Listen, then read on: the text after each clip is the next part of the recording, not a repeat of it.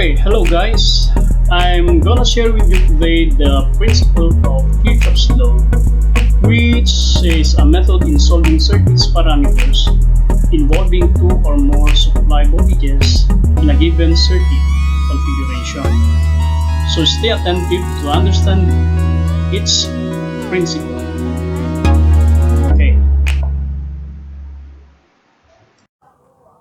Okay, good morning guys. Today I'm gonna show you a solution. How are you going to simplify a circuit and apply the Kirchhoff's law with a combination of resistances, as you can see it on the board, comprising two or more sources of voltages.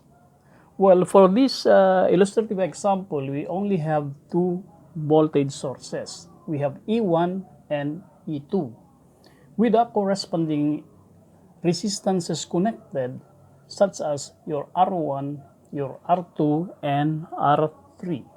Okay, now applying Kirchhoff's law with this connection, we need to satisfy the two rules.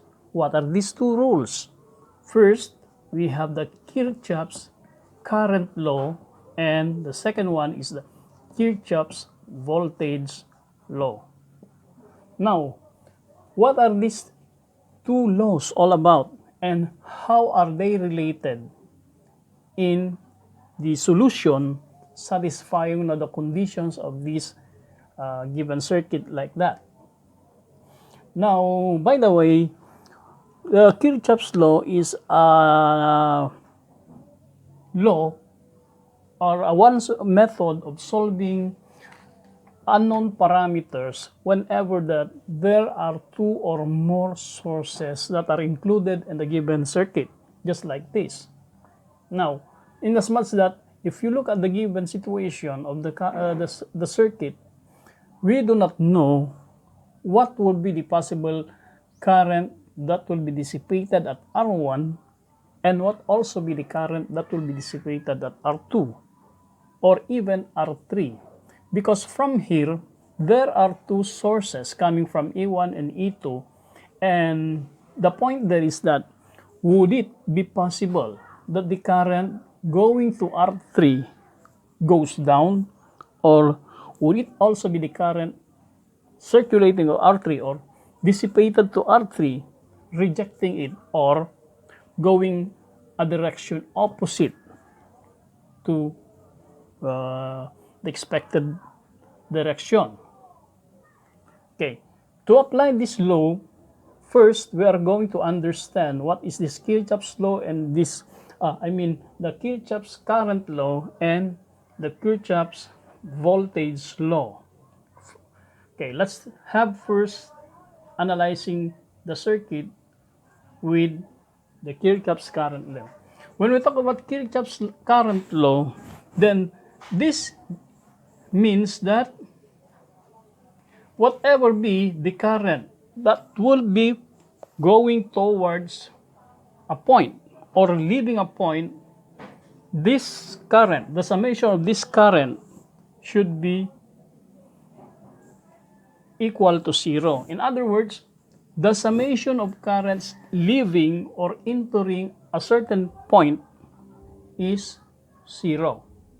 Usually, the point that we are referring to here is the node. For example, in the case of this one, we have two nodes. We have, let's say, for example, let us try to name this one as node A, and this will be node B.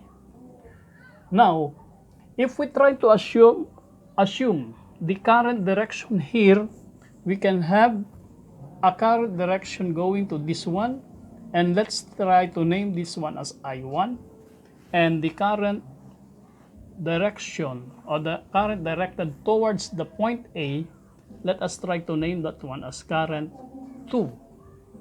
So with the current of 3, well, we do not know whether the current goes down or goes up, but basing from the current direction here, let's just assume that the current goes down, I3. Why we need to assume this? goes down.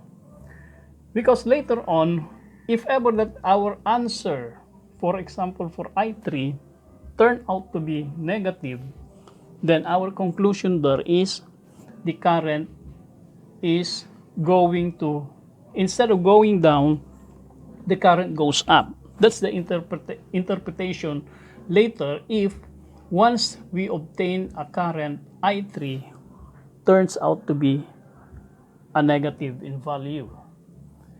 Okay, so let us try to have the Kirchhoff's current equation at point A. So let's say at point A, what are the currents leaving or entering to that point? So from here, what are the currents? First, let us try to name those currents. We have I1, we have I2, and then we have I3. But in Kirchhoff's current law, the summation of current leaving or entering a point should be 0. Okay, if that's the case, then we have to assign or designate the signs for I1, I2, and I3. So our assumption, or let's just try to make it as a rule also, that for a current entering or going towards a point, let us just assume it or assign that sign to be negative, and for a current leaving a certain point should be treated negative. So that will be our sign designation. So therefore for I1 we have here going towards that point, therefore we could say that the sign for I1 must be positive. So I could have it plus like that, but then I will just remove the sign there, because anyway it is understood that without the sign positive, that is already considered positive I1. For I2, since it goes towards point A, here look at this, so therefore that will be plus. And this is the point A, and that is I3. The current leaves the point, so therefore it goes minus. So from there, we have now the equation of current I1 plus I2 minus I3, following now the condition towards leaving the point. So that is the current Kirchhoff's current equation for A. If there are later on, if there are other problems similar to this one applying Kirchhoff's law, and then there are several nodes, then you can formulate node equation, current equation out from that point, considering this principle where a current going towards a point is positive, and then the current leaving the point is negative. Okay, so this is now the equation of our current. Well, you can have also the equation of current here at point B if you want, although they still be of the same current. Why? Look at this. The I2 originates here, but if you want to extend it until here, then that will still be I2. Even this one, if you try to have it the current like that, that is I1. And then I3 is going to that one.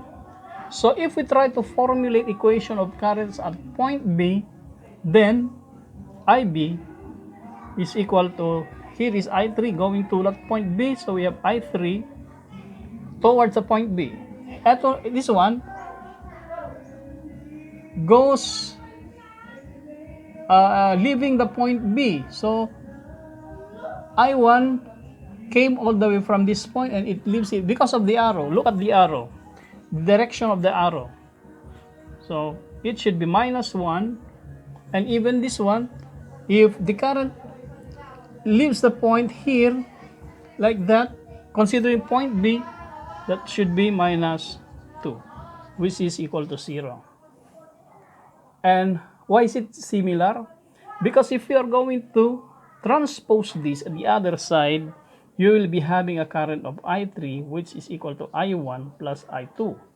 And so with this other the one here, if we try to transpose this at the other side, you will notice that the equation now turned out to be I1 plus I2. So this is the current equation at that particular node A and node B. Okay, so the next one I would like to elaborate further will be the current voltage law here. So the KVL. So what is this KVL all about? It's just referring to the loop equation that can be formed out from the figure. Now, if you look at very closely with the figure as indicated on the board, the loop equation that we can form there would be this one. It could be possible to be having this one as your loop 1, or you can also have the loop here, loop 2. In fact, we can even make a loop, a bigger loop, considering the whole figure like this as this one.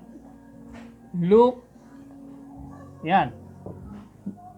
Okay, so you can have that one also as a loop. So in short, there could be possible 3 loops that can we make out from this.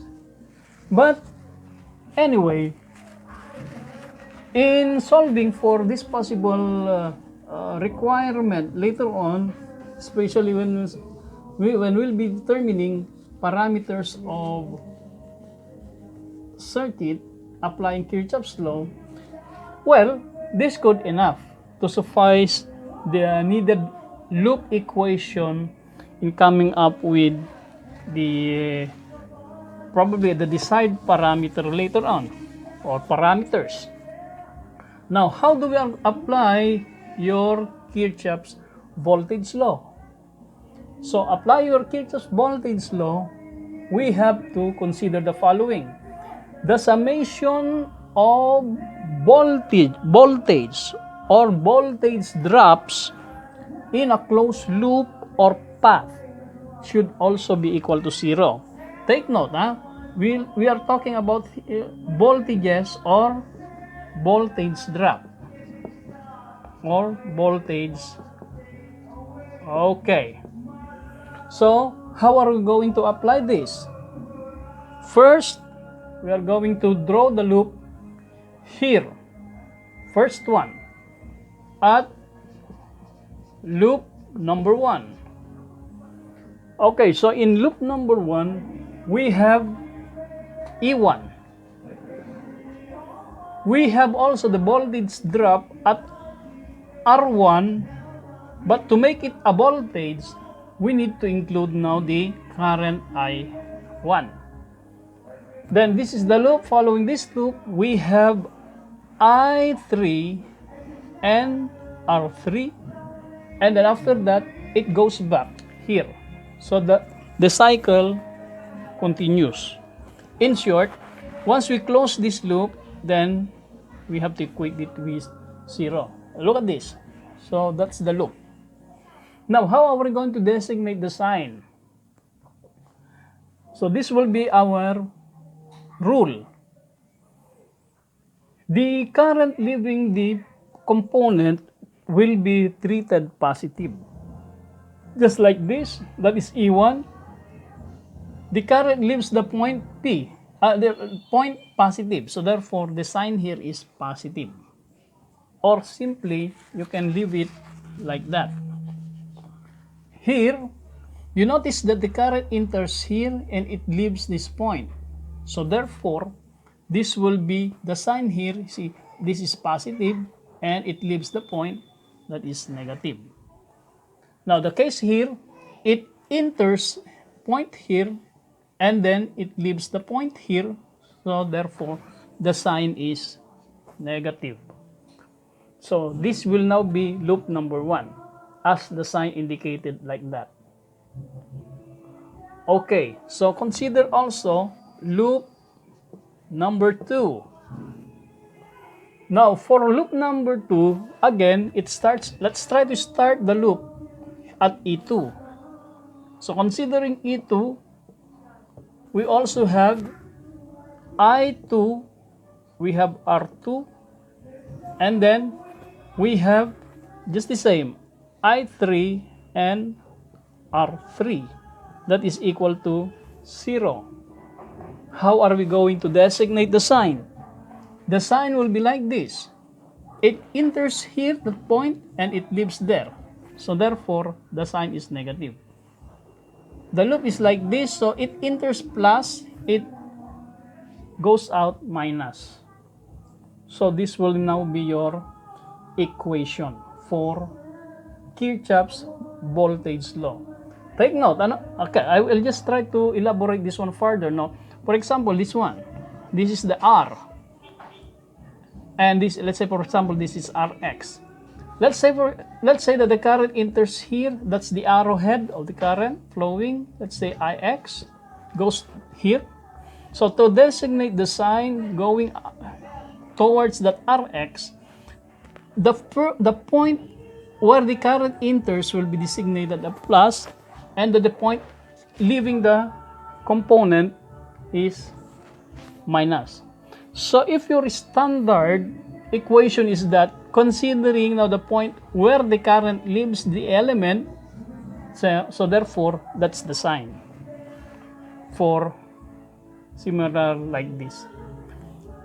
Now, take note also, in comparison with the current equation, for current, Kirchhoff's current equation, Kirchhoff's law, Kirchhoff's current law, here is a point. Okay, let's say there, that's the point. Let's say this is point X. There's a current here, I1, there's a current there, I3, there's a current here,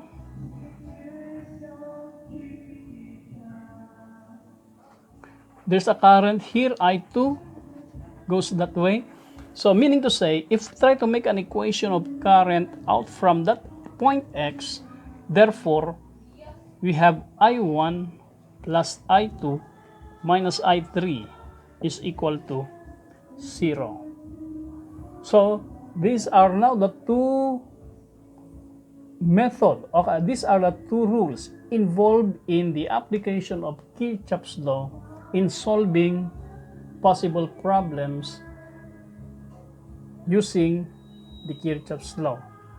So we have the Kirchhoff's current law and then the Kirchhoff's voltage law. Okay, so this is our example, illustrative example to satisfy the two conditions of Kirchhoff's law, such as the Kirchhoff's current law and then the Kirchhoff's voltage law. Now, as you can see on the board now, I have already formulated the equation for currents at this point A, which is I1 plus I2, which is equal to I3. Let us name that one as our equation number 1, and then the loop equation that we can form out from this loop, we will name this one as loop equation number 1. And the possible equation there that we can draw out from that loop will be I1 R1 minus I3 R3. Now, if we are going to substitute the values for this equation from the given here, then we have 10 minus 2I1 minus 5I3, which is equal to 0.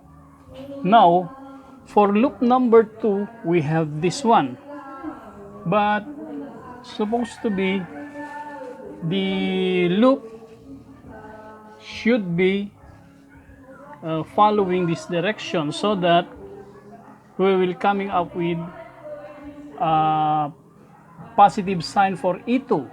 So there. So we have E2,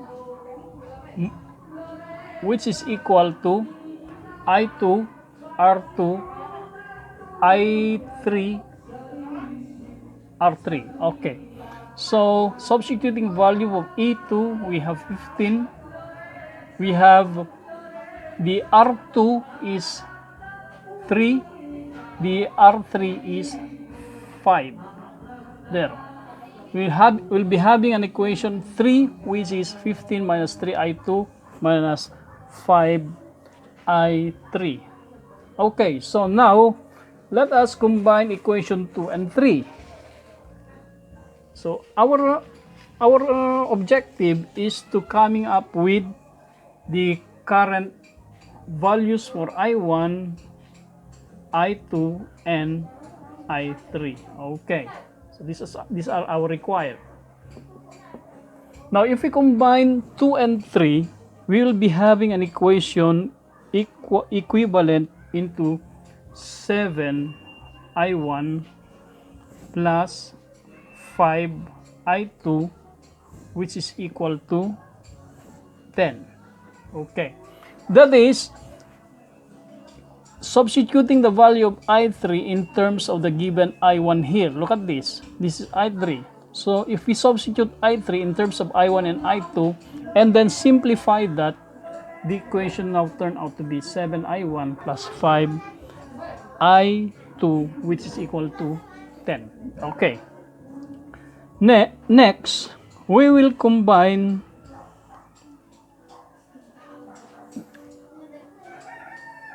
this one with equation number 3 such that I3 also be substituted with the value of I1 there.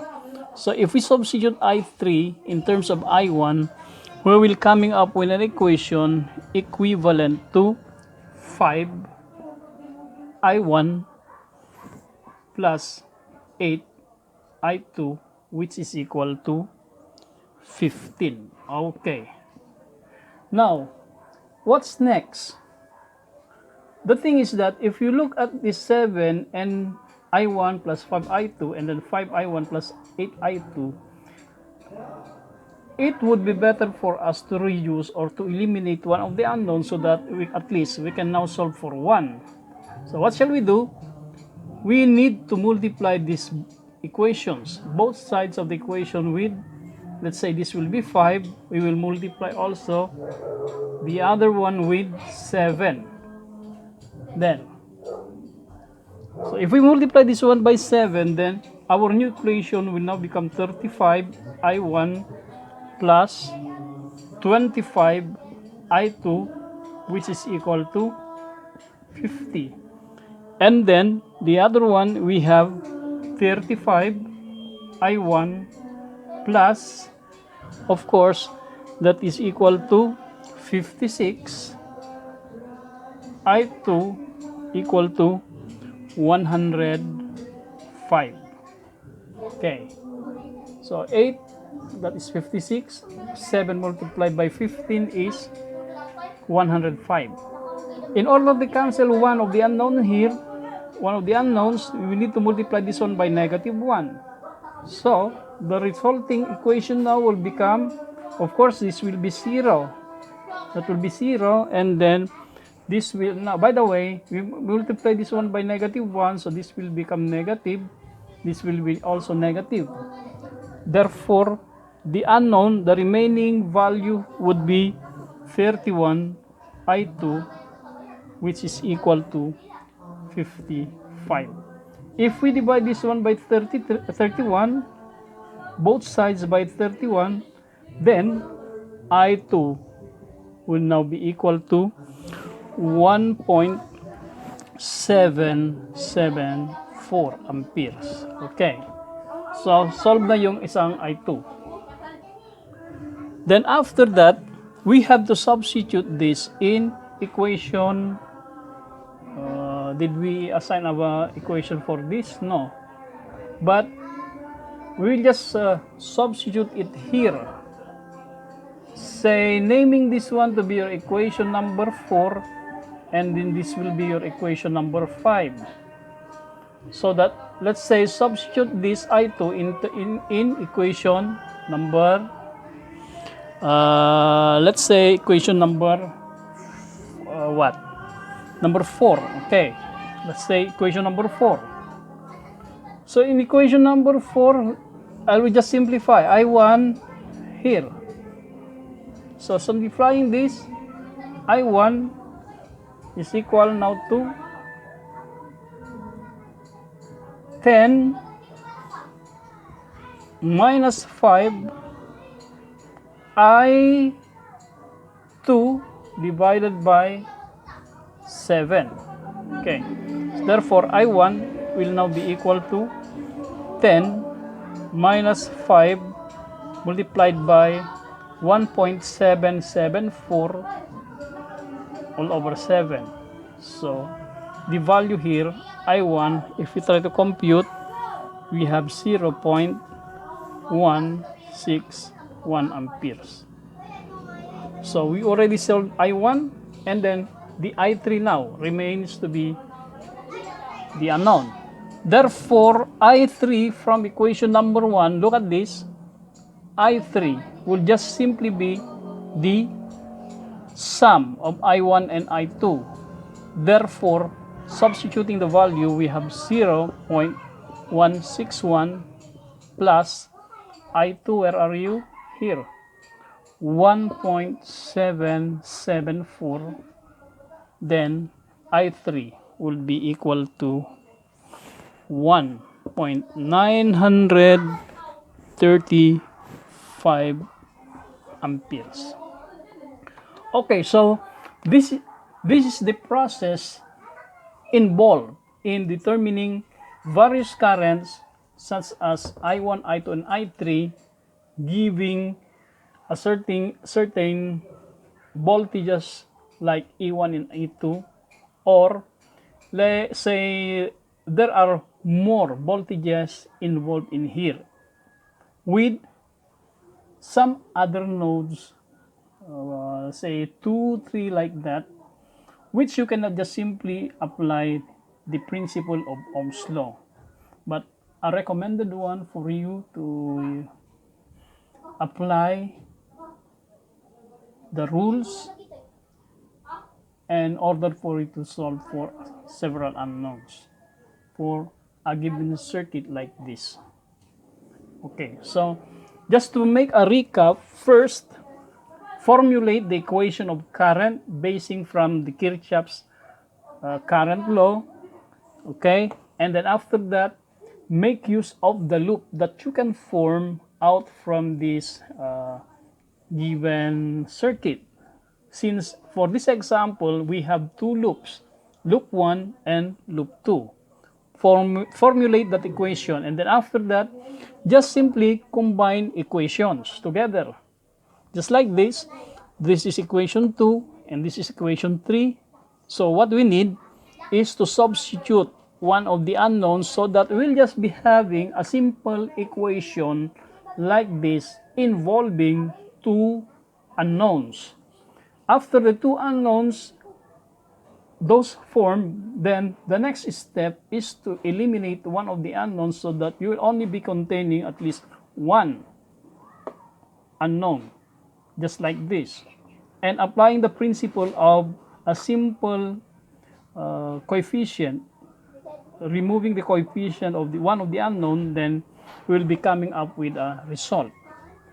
Then after that, just substitute values. Say I1 taken from the previous equation. Just manipulate the equation, and then we're coming up with a result. After that, we have now two values coming up. So just substitute that with the equation, the remaining equation like this. So we have I3, use this, and we'll be having an answer of I. From here, if there are other unknowns to determine, like for example, determining the power, then all you have to do is to multiply current and voltage like that, and so on. Anyway, it's very simple now to determine the voltage drop here, since you are given now the current, you are given the current here, you have the current there, and then there is also a corresponding value for resistances. By the way, this is R1 a while ago. It's just accidentally erased. So this will now be the solution for this given problem involving Kirchhoff's law. Thank you.